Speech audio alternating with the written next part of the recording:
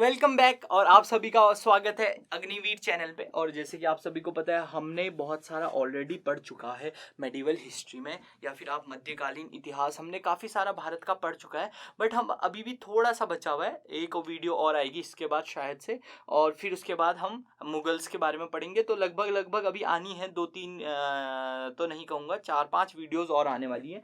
लेकिन अब जो हमने अभी तक पढ़ा है वो खिलजियों के बारे में पढ़ा हुआ है और गुलाम वंश के बारे में पढ़ा हुआ है। खिलजी और स्लेव डायनेस्टी के बारे में, गुलाम वंश के बारे में पढ़ा हुआ है। तो खिलजियों में हमने क्या क्या पढ़ा? हमने पढ़ा अलाउद्दीन खिलजी के बारे में। अलाउद्दीन खिलजी की 4-5 पॉलिसीज, जैसे कि दाग और हुलिया वाला सिस्टम, पार्टियों पे बैन लगाने वाला सिस्टम, और क्या क्या था। और आप बोलेंगे सर उसने परमानेंट आर्मी खड़ी करी थी, मैं बोलूँगा बिल्कुल सही बोल रहे हो आप। तो ये 2-4 चीज़ें जो थी वो आपके बहुत इंपॉर्टेंट है। मलिक कफूर इंपॉर्टेंट है, उसने साउथ में जो है वो आपका कैसे उसने अटैक करा, वो सारी चीज़ें तो हैं ही इंपॉर्टेंट। बट उसके अलावा जो आपका अग्निवीर में जो अगला जो डायनेस्टी आता है, अग्निवीर में नहीं, भारत के जो मध्यकालीन इतिहास में जो अगला वंश आता है वो आता है तुगलकों का वंश या फिर तुगलक डायनेस्टी। ठीक है, अब देखो 94 वर्ष तक, ये सबसे पहली बात तो सबसे देर, अगर आपसे पूछा जाए कि सबसे लंबा दिल्ली सल्तनत का कौन सा वंश है तो आप बोलेंगे तुगलक वंश। तो लगभग लगभग 94 साल तक इन्होंने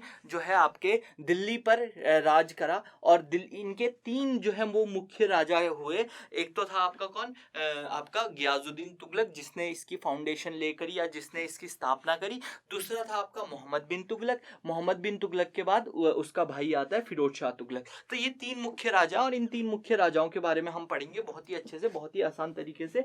ठीक है, चलो।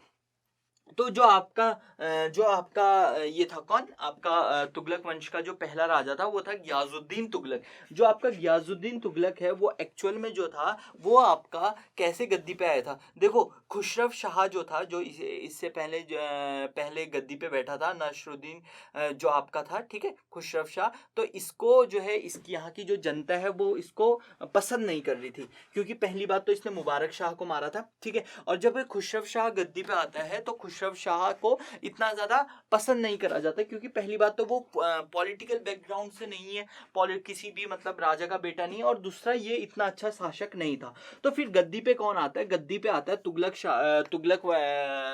वंश के आपके गियाजुद्दीन तुगलक को बुलाया जाता है नोबल्स के द्वारा। जो नोबल्स वहां पे काम कर रहे थे, जो आपके कोर्ट में काम करते हैं ना, जो जितने भी आपके नोबल्स होते हैं, रत्न होते हैं, वो सारे के सारे इन्होंने क्या करा, ये गए उनके तुगलक के पास, और इसने बोला गियाजुद्दीन तुगलक के पास, और उसको बोला कि आप गद्दी पे बैठिए। अब जो गियाजुद्दीन तुगलक होता है वो बिल्कुल आप ही की तरह अग्निवीर से शुरू करता है, और शुरू करते करते करते करते एक दिन जनरल बनता है, और जनरल से लास्ट में तख्ता पलट करके ये क्या बन जाता है? राजा बन जाता है।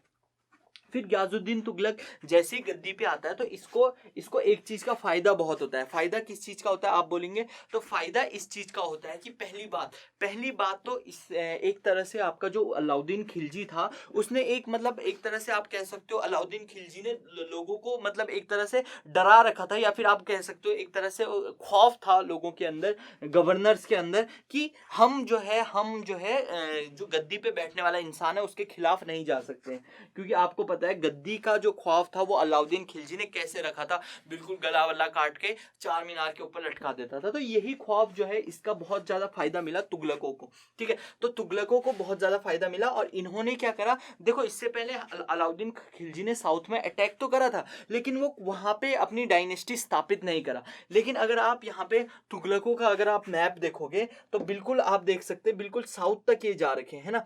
तो इन्होंने क्या करा, अनेक्स करना शुरू करा, मतलब उसको अपने अंदर मिलाना, अपने दिल्ली सल्तनत में मिलाना शुरू करा। ठीक है, तो ये कहां तक गए? बिल्कुल साउथ तक गए। अगर आप देखेंगे कामपल्य शहर तक गए हैं। ठीक है, तो वहां तक का ये गए। कामपल्य कर्नाटका का एक सदर्न मोस्ट बिंदु है, तो वहां तक का इन्होंने जो है अपना शुरू करा। अब इसमें बहुत ज्यादा मदद करी गियाजुद्दीन तुगलक की, उसके बेटे ने, मोहम्मद बिन तुगलक जो था उसका बेटा, उसने बहुत ज्यादा मदद करी गियाजुद्दीन तुगलक की। ठीक है, वो जो है साउथ पे उसका एक्सपेडिशन जो है, या फिर उसका जो सैन्य का जो मतलब मुख्य होता है गवर्नर, ठीक है, सैन्य गवर्नर जो था, या फिर आप ये कह सकते हैं सैन्य का अधिकारी जो था, वो कौन था? मोहम्मद बिन तुगलक था। और ये मोहम्मद बिन तुगलक कहां तक जाता है? साउथ तक जाता है, और साउथ में जो है बहुत ज्यादा एनेक्स कर देता है, बिल्कुल आखिरी तक। लेकिन फिर चीज़ें कब बदलती हैं? चीज़ें तब बदलती है जब ये जो है गियाजुद्दीन तुगलक को जो है मार देता है। अच्छा, उससे पहले हम पढ़ेंगे कि उसी का बेटा कैसे गियाजुद्दीन तुगलक को मारता है, उसके पीछे की कहानी भी पढ़ेंगे। बट उसके अलावा जो मैं आपको ये बताना चाहता हूँ कि ये जितने भी आपके जो तुगलक वंश है, इन्होंने फार्मर्स को रिलेटेड बहुत सारे अच्छे अच्छे काम करे, जो आपके किसानों के लिए काफ़ी अच्छा काम करा है। अभी हम पढ़ेंगे कि क्या क्या वो काम थे। देखो, सबसे पहले तो ये था गियाजुद्दीन तुगलक, तो इसने सबसे पहले कैनाल बनाना, कैनाल जो नहर जो है, नहर की शुरुआत इसने करी थी सिंचाई के लिए। कैनाल जो है वो आपने इरिगेशन के लिए, जो आप लोग करते हो ना घर में, सिंचाई वगैरह करते रहते हो इरिगेशन के समय पे ना, तो जो सिंचाई करते हैं उसके लिए इसने नहर बनाने की शुरुआत, किस फाउंडेशन किसने डाली थी या शुरुआत किसने करी थी? तो आप बोलेंगे सर फिर गियाजुद्दीन तुगलक ने। अब गियाजुद्दीन तुगलक के जो होता है वो आपका तुगलकाबाद शहर जो वो दिल्ली के पास है, एक थोड़ा सा हिली एरिया में, मतलब पहाड़ी क्षेत्र में जैसा है, हल्का सा पहाड़ है, ऐसा नहीं दिल्ली में भी कोई पहाड़ ऐसा वाला नहीं, तो दिल्ली में जो है वो हल्का सा पहाड़ी क्षेत्र पे ये आपका बसा हुआ है। कौन सा शहर? तो आप बोलोगे सर तुगलकाबाद शहर जो है वो वहीं बसा हुआ है, और वहीं से वहां इसने तुगलकाबाद सिटी भी बनाने की कोशिश करी। फिर मैंने ये बताया कि इसको जो है अफगानपुरा, दिल्ली के आसपास जो है अफगानपुरा एक जगह है, जहाँ पे जो है इसने, इसी के बेटे ने इसकी मृत्यु कर दी, इसी को मार दिया। कहा जाता है कि सबसे पहली बात तो जब गद्दी पे आया था कौन, फिरोज शाह, सॉरी गियाजुद्दीन तुगलक जब गद्दी पे आया था तो लगभग 55 से 60 वर्ष का था, ठीक है। और उसका बेटा जो मोहम्मद बिन तुगलक था वो 30 से 35 साल का था। तो 35 साल का जैसे ही हुआ मोहम्मद बिन तुगलक, तो उसे लगा यार भाई अब तो पापा जी जो है वो गद्दी नहीं सौंप रहे। मिर्जापुर देखे हो ना, मिर्जापुर में बोलता है ना वो कि यार पिताजी हमें मिर्जापुर की गद्दी दे दो, तो ये भी बोल रहा था भाई हमें भारत की गद्दी दे दो, दिल्ली की गद्दी दे दो। लेकिन इसका जो पापा था वो राजी नहीं था, बोल रहे मुन्ना अभी तुम छोटे हो, ठीक है। तो ये क्या करा, ये चला गया कहाँ, आपके एक्सपीडिशन के लिए चला तो ये वापस आया, तो वापस आके ये आराम शराम कर रहा था, तो इसके पापा जी ने बोला पापा जी मैं जा रहा हूँ बंगाल में। अब देखो ये जो बंगाल है ना, अगर आप इसकी पोजीशन देखो तो बंगाल जो है वो यहाँ है। आज का जो बांग्लादेश वाला रीजन है ना, ये पूरा बंगाल वाला हिस्सा है, और ये दिल्ली है आपका। यहाँ पे अगर आप देखोगे तो ये दिल्ली है, और ये पूरा बंगाल है, ये आप देख पा रहे हो, ये बंगाल है और ये दिल्ली है यहाँ कहीं, ठीक है। यहाँ पे कहीं पे दिल्ली है, ठीक है, इधर कहीं पे दिल्ली है, बल्कि यहाँ पे भी नहीं, यहाँ पे कहीं पे दिल्ली। अब दिल्ली से बंगाल को कंट्रोल करना बहुत मुश्किल है, क्योंकि ये काफी दूर है ना। तो यहाँ पे क्या होता था, ज्यादातर टाइम ये जो बंगाल असम वाला रीजन है, यहाँ पे तो अहोम जनजाति, अहोमों का वो था। और यहाँ पे क्या था, यहाँ पे जो आप ये वाला पोर्शन देख रहे हो, तो यहाँ पे भी मैक्सिमम टाइम जो है स्वतंत्र राजा ही रहा करते थे, या फिर आप बोल सकते हो इंडिपेंडेंट किंग ही जुड़े रहते थे। तो ये थी कहानी आपकी इसकी। फिर उसके बाद क्या होता है, तुगलकाबाद के बाद आगे की कहानी जब हम पढ़ते हैं तो ये आते हैं हम काम्पल्य शहर तक, हमने बता दिया। तो इसने अपने पिताजी को मारा और खुद गद्दी पे बैठ गया। कौन? आपका मोहम्मद बिन तुगलक। अब मोहम्मद बिन तुगलक को ना हम प्यार से वाइस फूल भी कहते हैं। तो डायरेक्ट पेपर में भी क्वेश्चन आता है कि किसको हम बुद्धिमान मूर्ख कहते हैं। अब बुद्धिमान मूर्ख क्या कहते हैं? देखो बहुत सारे इतिहासकार ऐसा बोलते हैं कि शायद ये अपनी जब इसे पैदा होना चाहिए था उससे 200 साल पहले पैदा हो गया था। कैसे? इसने काम तो काफी सारे अच्छे करे, मतलब जो देश जो आपके करने थे देश के लिए, या फिर जो आप दिल्ली सल्तनत के लिए करने थे, इसने काम अच्छे खासे अच्छे करे। लेकिन क्या होता है ना कि मतलब किस्मत साथ नहीं दी, इसका आप ये कह सकते हो, ठीक है। तो ऐसा ही कुछ था, ठीक है। तो सबसे पहले इसने 4-5 बिल्कुल जिसके वजह से इसको क्या कहते हैं, बुद्धिमान मूर्ख या फिर वाइस फूल कहते हैं। तो वो 5-6 कदम थे। पहली बात तो कुछ अच्छी चीजें ये थी कि ये सबसे पढ़ा लिखा था, और सबसे ज्यादा पढ़ा लिखा अगर दिल्ली सल्तनत की गद्दी पे कोई बैठा है तो वो कौन था? आपका जौना खान, या फिर आप बोल सकते हो मोहम्मद बिन तुगलक, है ना। पहली बात तो। दूसरी बात ये धार्मिक सभी धर्म को बराबर मानता था, तो धार्मिक सहिष्णुता तो इसके अंदर काफी बढ़ी हुई थी। और एकमात्र साक्षर था, ये मैंने आपको ऑलरेडी बता दी। दूसरा कुछ पहला काम क्या करता है ये 1327 में ये अपनी जो कैपिटल है वो दिल्ली से देवनागरी बदल देता है। अब आप बोलोगे सर दिल्ली कहाँ है और देवनागरी कहाँ पे है? तो मैं आपको दिखा देता हूँ दिल्ली और देवनागरी कहाँ है मेरे भाइयों। तो ये दिल्ली है, ठीक है, और ये देवनागरी। जिसको इसने बाद में दौलताबाद नाम दिया। तो दिल्ली से इसने साउथ की तरफ को अपना मूवमेंट शुरू करा और इसको इसने क्या नाम दिया, दिल्ली से देवनागरी कैपिटल शिफ्ट करने का इसने काम करा।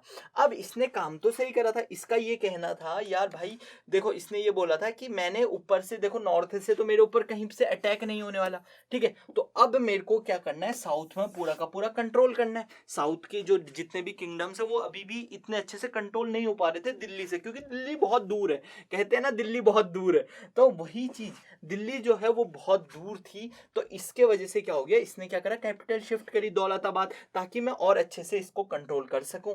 बट क्या हुआ, इसने क्या कहा, पूरी की पूरी, अब देखो कैपिटल शिफ्ट करना ऐसा नहीं है कि मतलब कैपिटल शिफ्ट करने का ये मतलब नहीं कि तुम अपना घर शिफ्ट कर रहे हो। कैपिटल शिफ्ट करने के साथ पूरी की पूरी इसने ऊपर से और ये भी बोल दिया कि जितनी भी यहाँ की प्रजा होगी वो भी मेरे साथ चलेगी। तो ये प्रजा के साथ जो है वो जाने लगा दौलताबाद, या फिर आप कह सकते हो देवगिरी की तरफ को ये जाने लगा, ठीक है। तो जैसे ही ये जाने लगा तो आधे लोग तो पागल हो गए थे, आधे लोग बेहोश हो गए थे, तो मतलब एक तरह से बिल्कुल ही बेकार स्ट्रोक था। फिर ये 1 साल तक वहां रहता है और इसे दौलताबाद पसंद नहीं आता, लोगों को पानी की कमी होती है, तो ये वापस आ जाते हैं, ठीक है, लोग वापस आने लगते, तो ये भी उनके साथ साथ कहाँ आ जाता है, वापस दिल्ली जो है वो दिल्ली कूच करता है। तो इससे क्या हुआ, बहुत सारा पैसा जो है वो क्या हो गया, खर्च हो गया, बहुत सारा पैसे का जो होगी दिक्कत हो गई, ठीक है।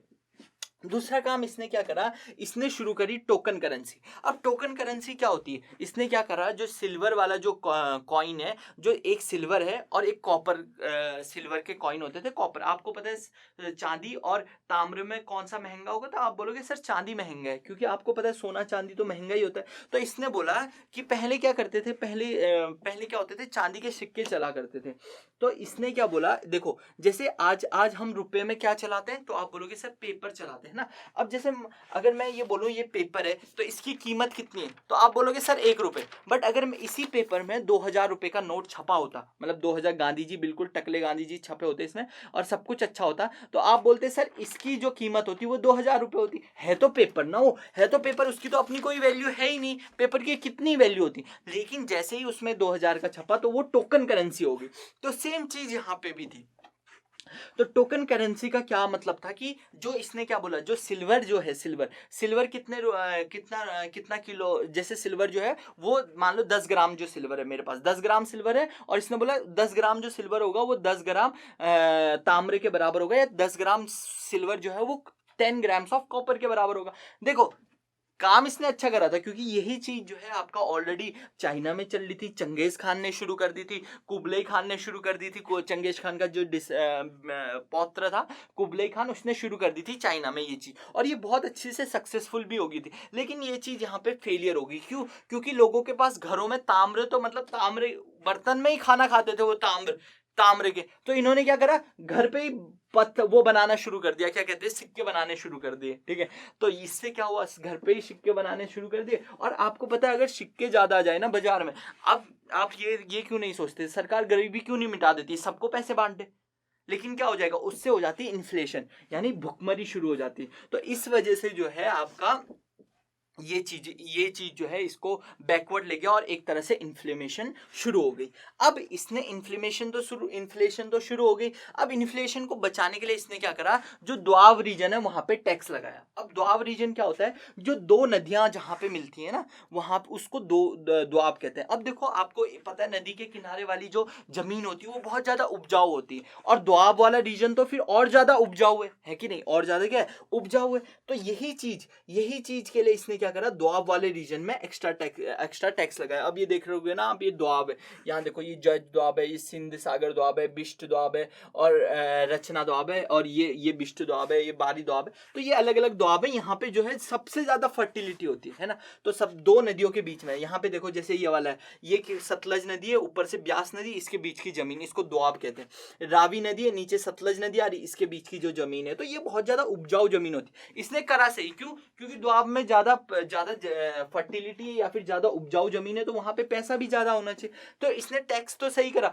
लेकिन किस्मत खराब ये कि द्वाब में उसी साल अकाल भी पड़ गया, ठीक है। फिर जो आखिरी काम इसने ये करा, इसने सौंधार करके जो है एक टैक्स जो है वो शुरू करा, एग्रीकल्चरल टैक्स, और यहाँ पे जो है इसने टैक्स की शुरुआत करी। अब क्या होता है, ये इसके बाद एक और काम करता है, ये चढ़ाई कर देता है यहाँ पे। इसने सोचा अब मैं अफगानिस्तान की तरफ को बढ़ता हूँ और अफगानिस्तान के जितने भी एरिया हैं उनको जो है वो अटैक करता हूँ। लेकिन जब ये अफगानिस्तान की तरफ को चढ़ाई कर रहा होता है तो उस समय इसकी मृत्यु हो जाती है। ठीक है, चलो अब अगली चीज, अब गद्दी खाली हो जाती है और गद्दी में बैठता है मोहम्मद बिन तुगलक का छोटा सा बेटा 6 साल का, लेकिन वो काम का नहीं था।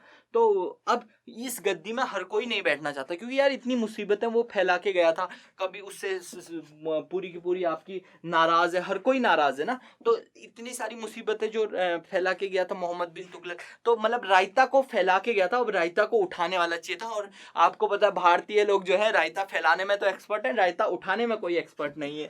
ठीक है, तो यही चीज जो है, अब गद्दी में जो है एक बहुत ही लर्नड मैन आता है, फिरोज शाह तुगलक। अब फिरोज शाह तुगलक ना तो मोहम्मद बिन तुगलक का भाई है, ये है आपका कजन ब्रदर। कजन ब्रदर मतलब आपका दूर का चचेरा भाई है।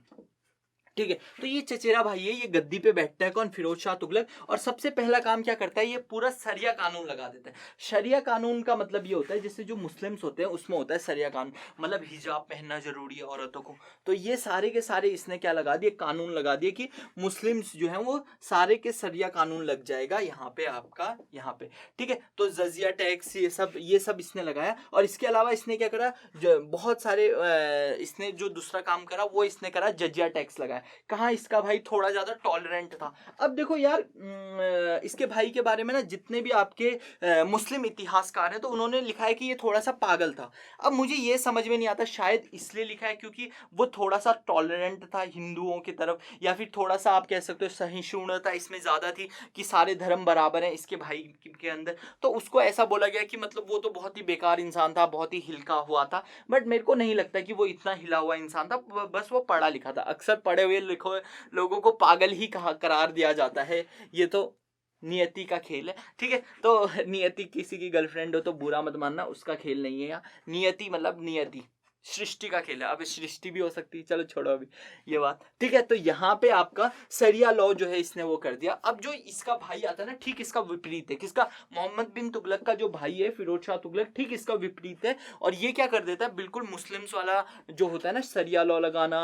और इस अभी तक जो जजिया टैक्स की जो शुरुआत करी थी वो इल्तुतमिश ने करी थी। जजिया टैक्स जो है वो एक ऐसा टैक्स था जो हिंदुओं को देना पड़ता था, सिर्फ हिंदुओं को नहीं, मतलब जो मुस्लिम नहीं है उसको देना पड़ता था। तो हिंदू हो, चाहे बुद्ध हो, या चाहे जैन हो, इन सबको, अब क्रिश्चियन तो आए नहीं थे अभी तक तो क्रिश्चियन तो बोलूंगा नहीं, तो इन तीनों धर्मों को जो है टैक्स देना पड़ता था। मतलब जो मुस्लिम धर्म है उसके अलावा अगर कोई धर्म है तो उसको एक टैक्स देना पड़ेगा, जिस टैक्स का उन्होंने नाम रखा था जजिया टैक्स। अब इस जजिया टैक्स में अभी तक किसी ने ब्राह्मणों को इंक्लूड नहीं करा था। तो ये पहला राजा था जिसने बोला कि ब्राह्मणों को भी जो है ये वाला टैक्स देना पड़ेगा, या फिर ये वाला आपका जो आपका कर है वो देना पड़ेगा, जजिया कर। ठीक है, तो यहाँ पे इसके अलावा इसने बहुत सारे शहर बनाए, जिसमें से फिरोज शाह कोटला, फिरोज शाह शहर और जौनपुर। ये जौनपुर वही मिर्जापुर वाला जौनपुर। तो जौना खान जो है, जौना खान कौन था, इसका ही बड़ा भाई था, मतलब मोहम्मद बिन तुगलक, उसी के नाम पे इसने जौनपुर बनाया था। ठीक है, अब ये देखो, ये आप देख सकते हो, ये फिरोज शाह शहर इसने बसाया था। ठीक है, ये फिरोज शाह कोटला शहर इसी ने बसा रखा है, ये आपका दिल्ली में। अब आप बोलोगे सर इसकी ये बिल्डिंग तो बड़ी खस्ता हालत में।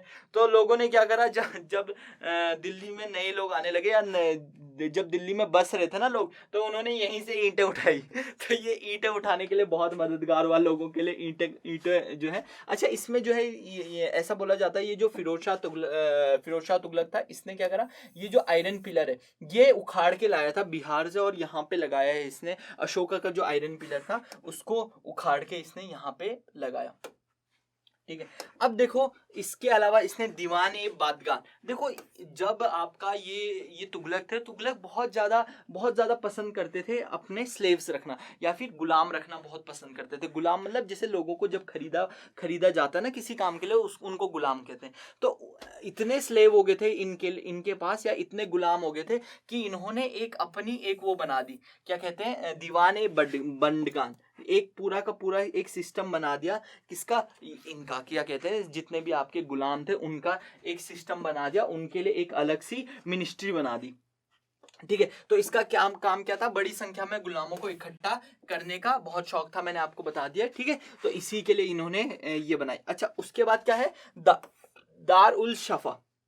दारुल शफा जो है इसका मतलब है कि ये लोग क्या करते थे, मतलब जनरली जो तुगलक वंश था इन्होंने क्या करा, बहुत सारे हॉस्पिटल्स बनाए जहाँ पे गरीबों का, मेनली जो मुस्लिम गरीब थे उनका फ्री में इलाज होता था, ठीक है। और इसके अलावा भी इन्होंने बहुत सारे मैरिज ब्यूरो खोले, मैरिज जहाँ पे जितने भी आपके गरीब मुस्लिम महिलाएं थी उनकी शादियाँ फ्री में कराई जाती थी, ठीक है। तो ये अलग अलग तरीके थे।